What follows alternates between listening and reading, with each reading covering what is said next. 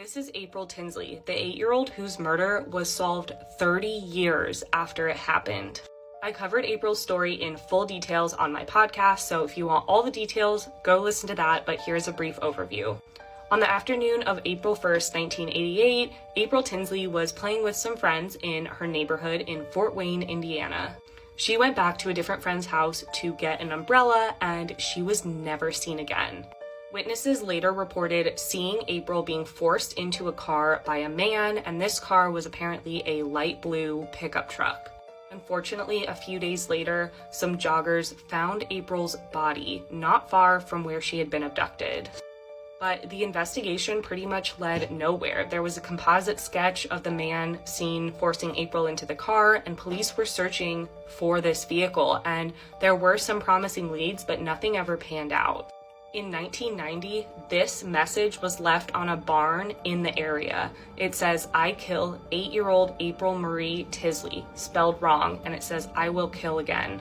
This was written in crayon, and police were able to officially confirm that it was the same man who abducted and killed April. But after this message came out, the case went cold for the next 14 years.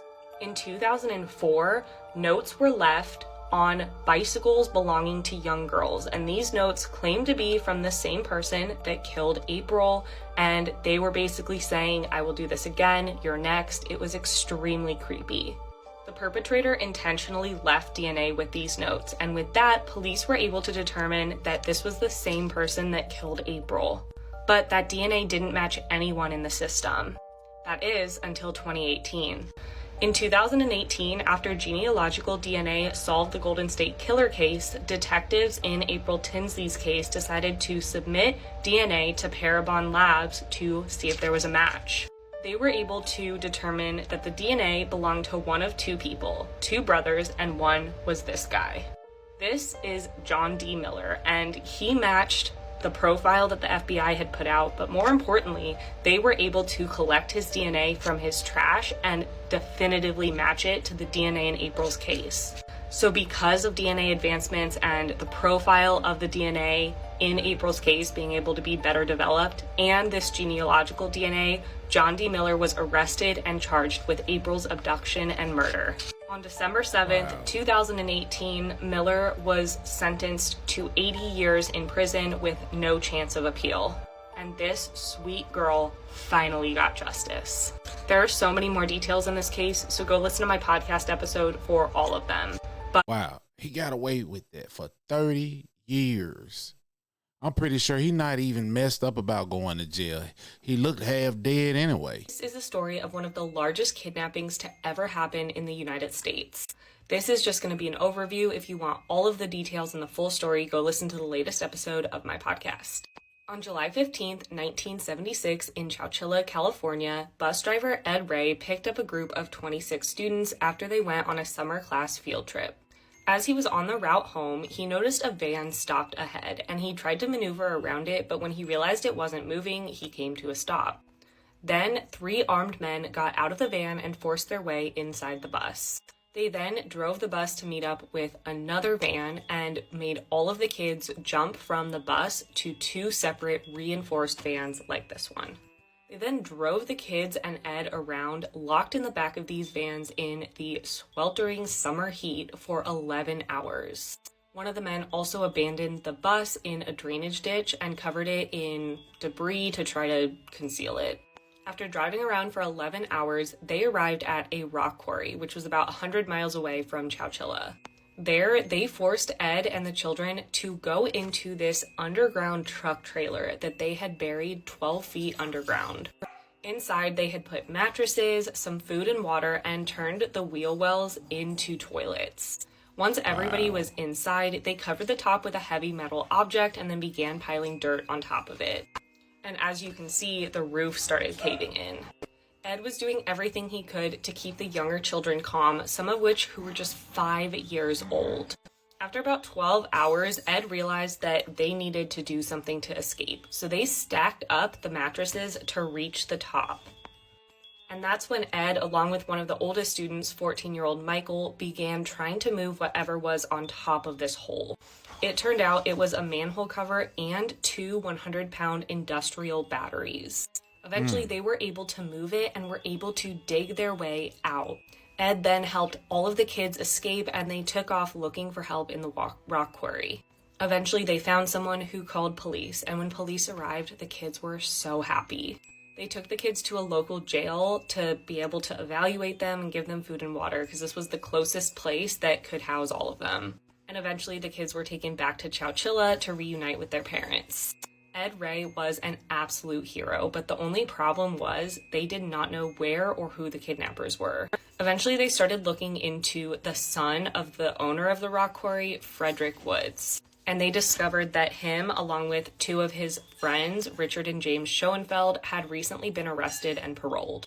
They got a search warrant for Woods' property and found this document that said plan that detailed exactly what they were doing. They also found this list of all of the kids' names that the kidnappers had written down.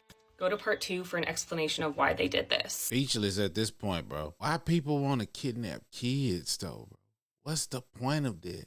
I just will never understand the mind of a kidnapper or killers. I don't understand it. Whatever you do not feel bad for this woman. This woman's name is Lovely Kristen Antoinette Johnson, and she had a 6-month-old baby. But one more thing is, she was a severe drug addict, and she would often invite friends over to her house or go to her friends' houses to do drugs. When she would do this, she would just lock her son up in a car seat and leave him inside the house. And she would place him in the attic where she wouldn't be able to hear him. Well, on this particular occasion, the little baby went 4 days without any food and starved to death.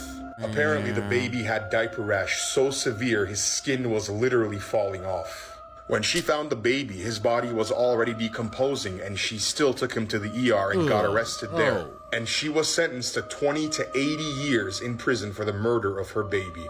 Bro, that just pissed me the F off, bro. I can't stand neglectful parents, bro. I can't stand them with the life of me, bro. Like, oh, boy, I tell you. It took them 29 years to find out who she was. Now the question is, who put her head in that park? Hello, true crimerers. This is the case of the Ina Jane Doe. Viewer discretion is advised. It was January 27th, 1993, and it was at the Wayne Fitzgerald State Park, and this is near Ina, Illinois. Two, younger girls were walking in the park when they saw something in one of the bushes. And it was kind of on the side of a road within the park. That item that they saw was a human head. Essentially, it was just the skull, so it was like skeletal remains. The rest of that individual's body was never really found. So all they really had to work on was the skull. They were able to tell it was the skull of a female, and they would initially come up with this sketch, which obviously, back then is probably the best they could do. Then they did the whole the clay molds thing to see if they can better replicate what the individual may look like, and this is what they came up with. The reason why the head is tilted in this way is because I guess they thought that this individual had an issue with their muscles or something like that caused their head to tilt to the left. But no one ever identified her. No one recognized her, and no one recognized her based on this image either. And so for the next 29 years, her case just went cold. So 29 years later, they reopen her cold case. They have a team of forensic specialists extract DNA from the skull, and they come up with a more, modern image of what the individual may have looked like. But they also run it through the genealogical database and, all that fancy stuff they do now. And they finally came up with a hit. Through that genealogical testing, they came to this woman, Susan Lund. She was 25 years old in 1992 when she disappeared. She lived here in this apartment building with her husband, and they had 3 children. She left the apartment on Christmas Eve 1992 to go walk to the store, and the young mother never came home. She was reported missing pretty much right away, but their investigation really led nowhere. They assumed she just ran off. At one point they suspected, well, maybe her husband did something to her. But the thing is they can prove he was home the entire night she disappeared. He certainly wasn't decapitating her and disposing her body in Illinois, because they lived in Tennessee. So there was no way he did anything to her. So while one mystery is solved, another one remains. The stranger part is that when they found her head, they determined she had been killed about 2 weeks prior to being found, which means she was alive for 2 weeks. They based that off of the fact that this was a busy park and the head was located in an area that people had walked by all the time, and so surely someone would have noticed it. But then you can use that same logic because they said she was decapitated 2 weeks prior to being found, so that's still 2 weeks where her head is in these bushes. Unless the killer threw her head in there, like literally just maybe a day or so before all of this. But was Susan truly alive for 2 weeks before she was killed and decapitated? Nobody knows. The mystery is what happened to her that Christmas Eve night in 1992 when she went to the store. Was she kidnapped? Did she run away with someone who was obviously the wrong person? I think they lean more towards she was probably abducted. But then if that 2 week theory is true, what was happening in that first 2 weeks? Right. Because this is like a month after she disappeared is when she's found. So, and with the husband basically being cleared, they don't have anyone else. So if you have any information about the disappearance, abduction, and murder of Susan Lund, please contact the Jefferson County Sheriff's Department at 618-244-8004. And perhaps you can help solve this mystery. Wow. But the way it sounds like Susan had a little side dude. But that side dude turned out to be a psycho. That's just what it sounded like. Baby in a bag, yo. What kind of shit is going on out here? She was sitting outside, it was moving. We didn't know what it was. Where on earth did you find the child? Right in the back of the house over here next to the Yeah.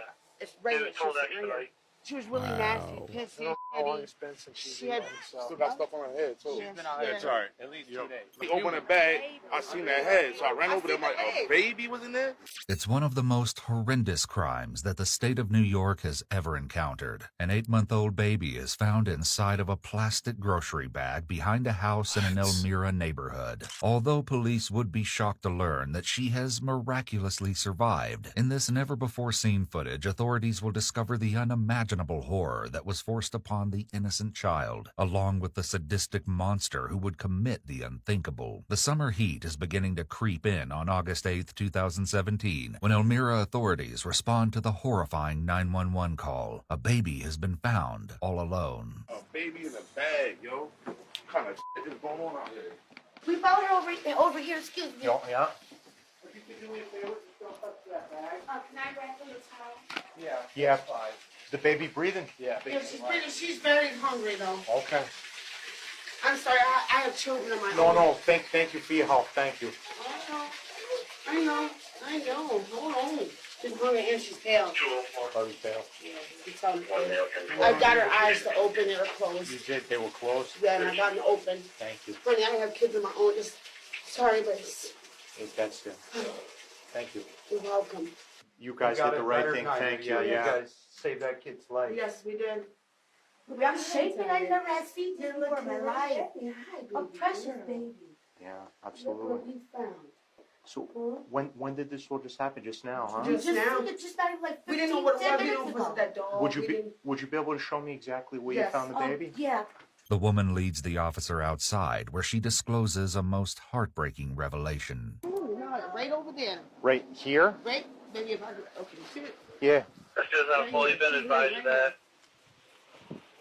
Right here. I'm talking about early town center. You can smell the in the past. That's what It's right they here. told that She's right here. tonight. Right here in this Yeah, we area. just- She's really nasty, pissy. It's been since she's She had- Still got stuff on her head, too. Yeah, It's all right. at least Yo, let me talk with the officer. Go back. All right? I don't want nobody thinking we stole a child and then I just found it. No.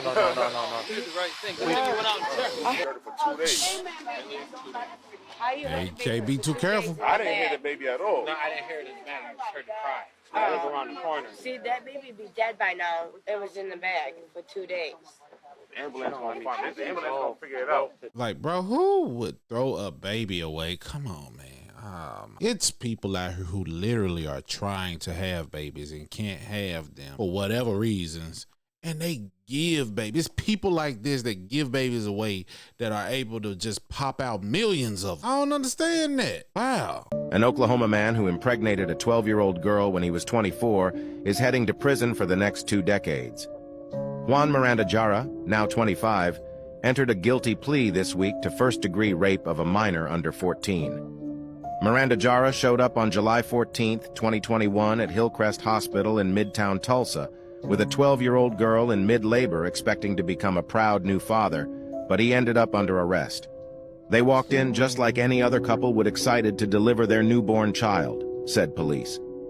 When officers arrived, Miranda Jara proudly said he was the father of the child the 12-year-old was about to give birth to and acted unsure as to why police were even getting involved. Officers believe Miranda Jara was fully expecting to go home with his child girlfriend and newborn baby.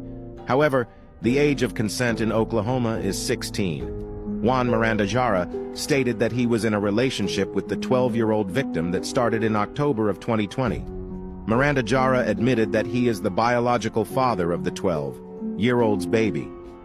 Many in the community began to ask where the victim's parents were, and 2 weeks later the Tulsa Police Department arrested the girl's mother.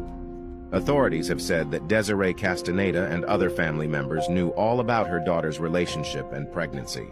Investigators say Castaneda was aware of her child's interaction with 24-year-old Juan Miranda Jara and approved of their relationship.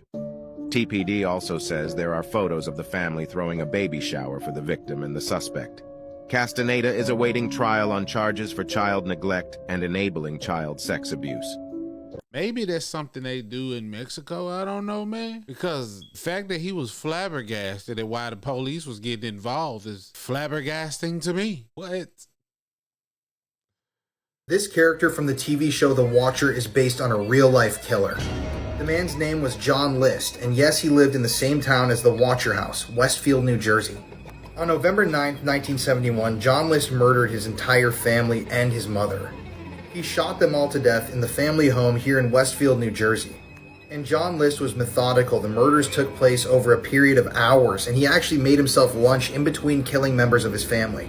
After all was said and done, in a confession note, John List admitted that he murdered his family to save them from the evils of this world. Yeah, he actually believed he was sending his family members to heaven by murdering them. He then went on the run, and he actually managed to evade law enforcement for almost 20 years. When he was eventually caught and arrested, he had already started a whole new life. He was remarried. It's a crazy story. And it all ties into the new series The Watcher on Netflix. If you want to hear the full John List story, we actually covered it on an episode of our podcast, Murder in America. Links in my bio. Yeah, I'm going to watch that. That seems like it's real interesting. These crime stories be getting me. I hate that crime happened, man, but just to go in depth on like how people like that think and why they do stuff that they do, man, it's actually intriguing. I know it's weird, but it's intriguing because I can't force myself to think like that. I gotta see what is it, like why it happened. Why do people turn so cold like that? What happened?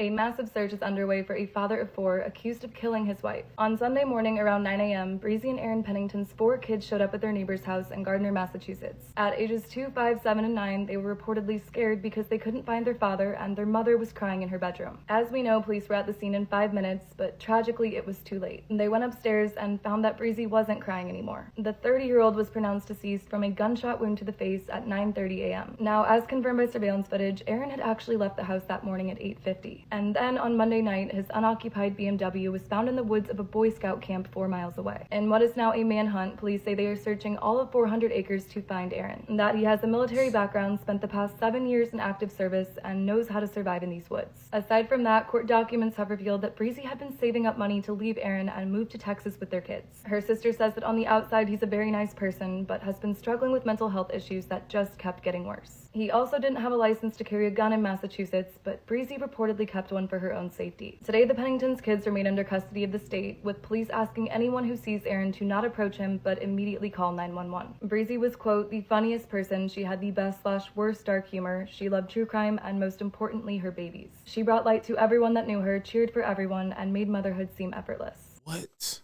Like, I'm convinced It's something in the food. I know there's stuff in the food. I know that there's stuff in the food, but I'm saying, I'm convinced, because ain't no way people are turning killer like this at the rate that it's moving at, and this is normal. Like, that just happens. People just have mental health issues and things happen. No. It's in what we eat. Yep, it is in what we are eating. I was raped and beaten to death by 6 men. Hi, my name is Elena Hembry, and my story is one of the most severe child abuse cases since I died less than 2 months ago, where I was only 17 months old. It all started on July 28, 2023, in Middlesboro, Kentucky, when my mom, Erica Lawson, sold me for drugs to 6 different men and couldn't remember who she left me with. I was beaten with a baseball bat and raped to death so badly that when my mom found me, I had stopped breathing and was unresponsive. My mom did nothing and waited for 45 minutes before she brought me to the hospital and stayed for an hour before she abandoned me as they put me on life support and put me on a life flight so they could transfer me to a hospital in Tennessee since they were not capable of giving me the medical care I needed. Once the flight landed, I was pronounced brain dead and succumbed to my injuries. My dad and grandparents came to the hospital and were able to say their last goodbyes. Wow. Why did you need to beat a baby, bro? Let alone take the baby, kidnap. Oh, man, this is what I'm talking about. Like, why do people do that, bro? Not only was it one man, it was 6. So you telling me that there was 6 people who had the same mental health issues, the same sickness, and agreed that we the same 6 type of people, and we're gonna go out here and do crazy crimes. No, man, people know what they are doing. Nobody is sick. Nobody can claim insane. No. Something barbaric is going on. This is DNA embedded, bro. I'm convinced. I am convinced. This is a big deal. Yeah. Okay, yes. Are you ready? I'm coming. Is she trying to leave? She's there's 2 in there. One is ours. That's one's ours. Okay. Do not let her out that door. So she shows no signs. You can't check for hemorrhaging. What is HCG? It's a hormone that is secreted by the placenta only. Okay. And if there's a baby in there, the HCG is what the hormone mandates going to get the nutrients and bring it to baby. Okay. So it's in mama's blood, mama's urine, mama's everything.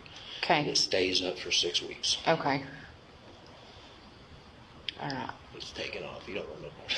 Huh? You don't want no part of this. He took it off. He's the OBGYN. Yeah, I was going to get called up resuscitating the baby. What did we step into? Oh, it's interesting. So kidnapping almost. I think it's going to be that. Yeah, because we've had Lamar County called here too. Lamar County, I talked to Texarkana, and then Bowie County. So when I'm talking and they're talking, I don't understand. They've never done this before. Why are they keeping me? I was like, hey, I'm just the ER talking. I said, I don't know why you're not nothing. Okay. She's in there. She refuses to have a vaginal check to make sure she's not hemorrhaging. They've done an ultrasound and HCG, and it doesn't show that she's been pregnant. Okay. They have the placenta. Where's she? She is in the room. She You're not is letting her leave. No. Authorities make their way to Taylor's room, where an unbelievable truth is about to be revealed. Hey, okay. Thank God. She's on the phone now with her boyfriend, so I'll try to sidetrack her a little bit. He's an hour away. Okay. I can sit with her. Well, that's what Chad wants to do. Just talk with the ER doctor. They took blood work, HCG levels, which is a hormone. It's not showing she was pregnant. And they're saying that the placenta, they can send the placenta off for test and whether it comes back to her or not. She won't let her do a vaginal exam to make sure she's not hemorrhaging. So she won't let her. Hey there. What's your name? Taylor Parker. Taylor. Hey, my name's Chad Stansby. I'm a Oh, it's me, agent up here, and I heard you brought your baby in. Did you give birth on the side of the road or something? Yes, sir. Oh, okay. Yeah. Where was that here? In Curtin County? No, it was in DeKalb. DeKalb, down in Texas? Yes, sir. Oh, okay. So what happened this morning? Did you just go into labor on the side of the road or something? No, me and I was supposed to ride with my fiance, and we sell, we own a hog buying facility, and we were gonna come through here, but I was having contractions and stuff and wasn't feeling good, so I stayed at home and told him we would just meet here after he dropped the hogs at 7, and he got tied up. I mean, he's on his way. Okay. Now how did you get here? Did you drive yourself? No, an ambulance brought me. Yes, Oh, okay. like that. Oh, okay. Taylor states that her fiancé, Wade Griffin, will arrive shortly at the hospital. The nurses said that you weren't wanting to let the doctor check you to make sure you weren't hemorrhaging or anything. They did an ultrasound. The hemorrhaging is the bleeding, whether you're passing clots or not passing clots. It's really good to have you checked for that because So she got a husband that's going along with it? I'm confused. We got to see some more of this. I was passing massive clots and they were about to start giving me blood. That's why they're wanting to check out, any damage and check to make sure you're not bleeding inside internally. That's why they're wanting to make sure. That's okay, that's fine. I didn't know it was a big deal not to want the guy to do that. No, I mean, if you don't want to, that's up to you, but that's why they're wanting to check, just to make sure. Make sure you're okay. Yeah, I mean, that's a big deal. I mean, you've got blood all over you and all over your fingernails, and I mean, that's a pretty intense thing. Having it on the side of the road. Yeah. It's scary. You want to make sure you're okay. Although Taylor is covered in blood, some of it may not be her own. Did I do something wrong for them bringing me over here? What did you have? Did you have a boy or a girl? A girl. A girl. Okay. Did you have a name? Clancy Gale. Clancy Gale. That's a nice name. It is a nice name. Do you have any other children? I have 2. Do you? How old are you? Emerson's 10 and Trey's 6. Taylor, here's the deal. I'm just going to be up front with you. I've been talking to the DA down in Bowie County, and they've been working on a case down there. And we know that you had a hysterectomy some time back, and that you claimed to be pregnant for a while, but that you really weren't. So we're trying to figure out where this baby came from. But you didn't give birth this morning. What do you mean? That's what I just said. You didn't give birth this morning. And we want to know where this baby came from. So what happened? I just told y'all what happened. Okay. What's the doctor going to find when he comes in and checks you? Is he going to find you just gave birth? They can tell. When he looks, he can tell in about a second if you gave birth or not. Okay.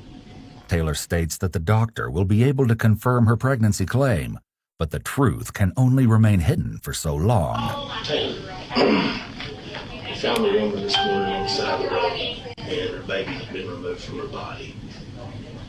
And then you show up with a baby, and the information is you've had a hysterectomy.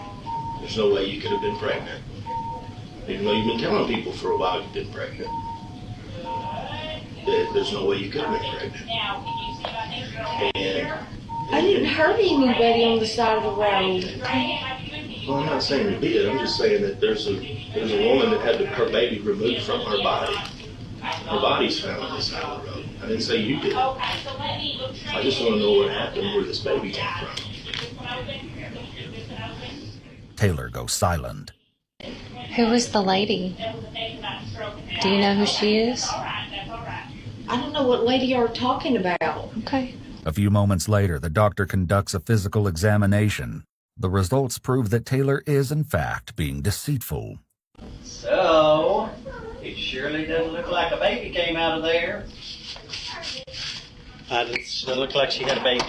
It doesn't? No. Okay. Does not look like she had a baby there. Although the authorities anticipated the doctor's findings, They're shocked nonetheless, and they have only scratched the surface, considering the other revelations that will soon come. Essentially what we have is we have a dead woman down in Texas, and you took the baby out of her, which caused her to die. And my question is Taylor a cold-blooded murderer? Or is it something else?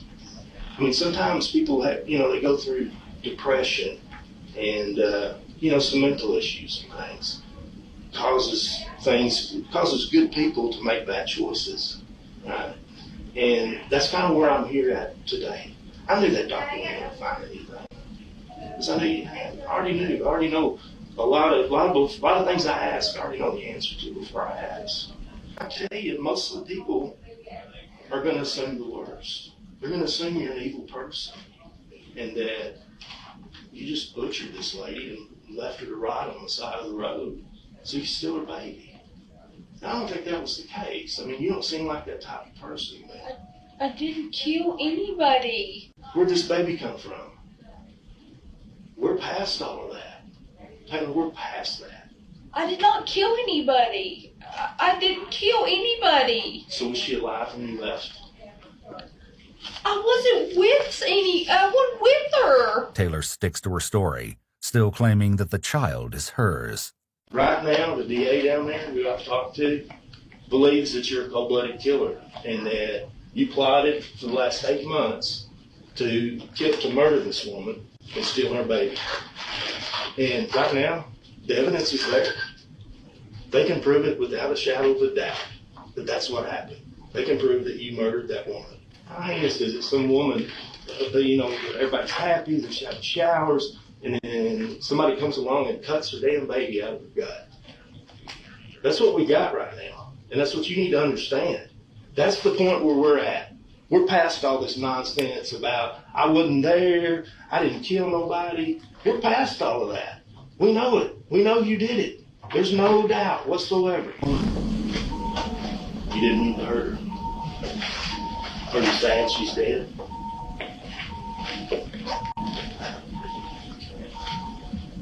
Is it the deal you just wanted a baby so bad that it just kind of overpowered your brain and everything?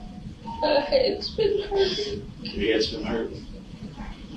I had a stroke in 2015. According to Reagan's husband, Homer Hancock, Taylor had taken the couple's engagement and wedding photos, but she and Reagan didn't share a close relationship.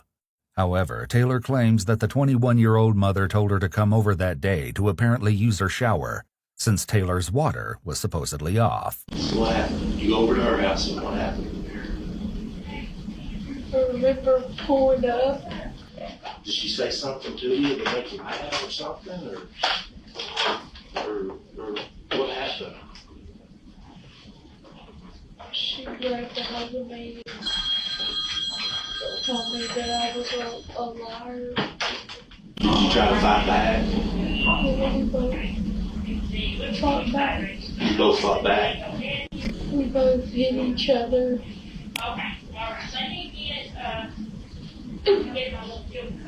And she hit her head on the table.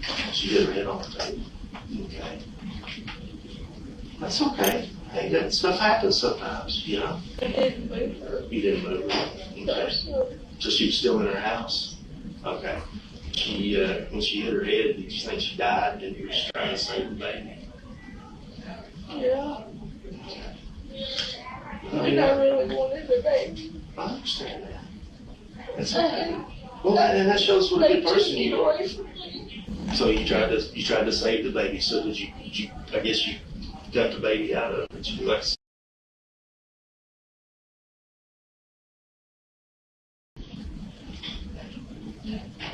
You don't remember.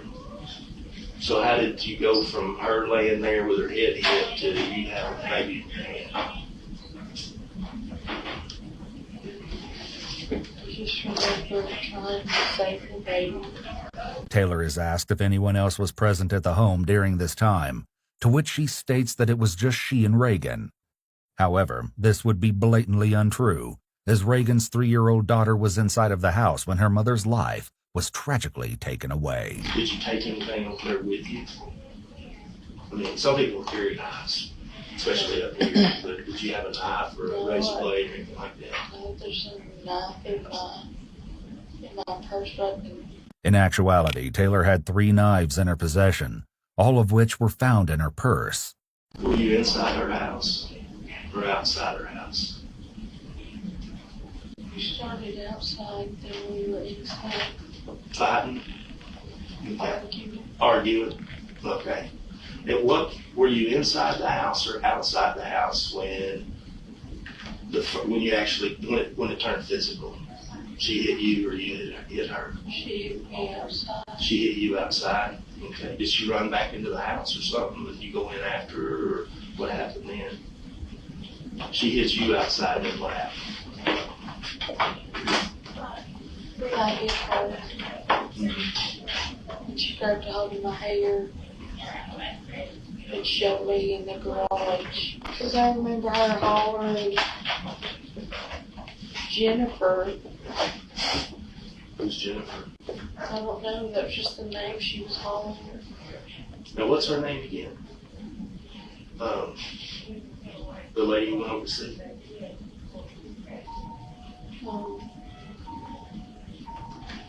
Taylor cannot seem to answer the question and quickly changes the subject, voicing that her fiancé had nothing to do with her violent deed. So, you go into the living room, y'all fight some more? Continue fighting? I know that. I don't know what happened. That's okay. That's why hey, listen, Taylor.